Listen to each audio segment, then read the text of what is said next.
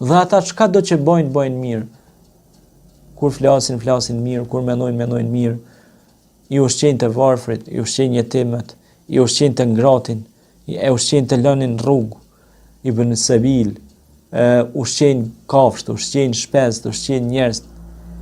Me durët e tyne, Rahmani, Rahimi, Mëshiruesi, Mëshirbërësi, i mësoj përmes fjalës ti që është Kurani, i mësoj për me kon bugdhanca, i mësoj me kon të drejtë, i mësoj me kon të mëshirshëm, të dashtun, të afrushëm.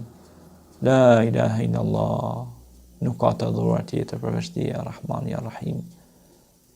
Ata njerëz të cilët, siç ishte Umar ibn Abdul Aziz, i cili edhe kafshët e gërsinat në male nuk i la të unta.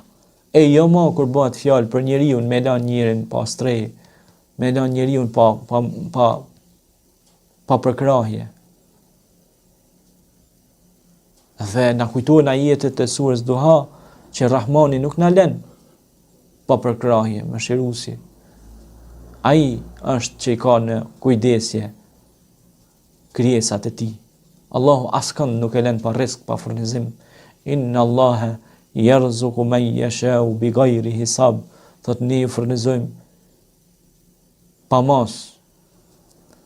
Dhe ai është cili na zbret, na jep rrezik pe qiellit e pe tokë. Pe qiellit e shehni shiun, pe tokë ai shihni gjithë ato, do thot lule, pemë, fryte, bimë të ndryshme të cilat ne ushqehemi pe tyne. A nuk janë këto me reflektue se ky Rahman, ky Mëshirues, aq bukur dhe aq mirë ka përgatit këtë sistem jetësor për ne.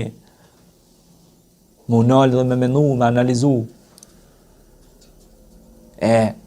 Mos më bë prej mendjem dhejve, mos me ngrit krye, sepse kur përmendet rasti i faraonit, siç e kemi tregu, tha, ai ngriti kry.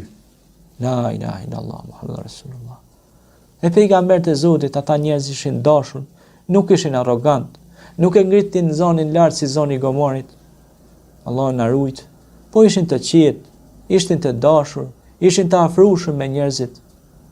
Fjalët e tyre ishin të ëmbla, fjalët e tyre ishin zgjedhuna, fjalët e tyre ishin përmendja e Allahut, ishin dhikrillah, wala dhikrullahil akbar, dhe përmendja e Zotit është gjëja më madhore, më madhështore.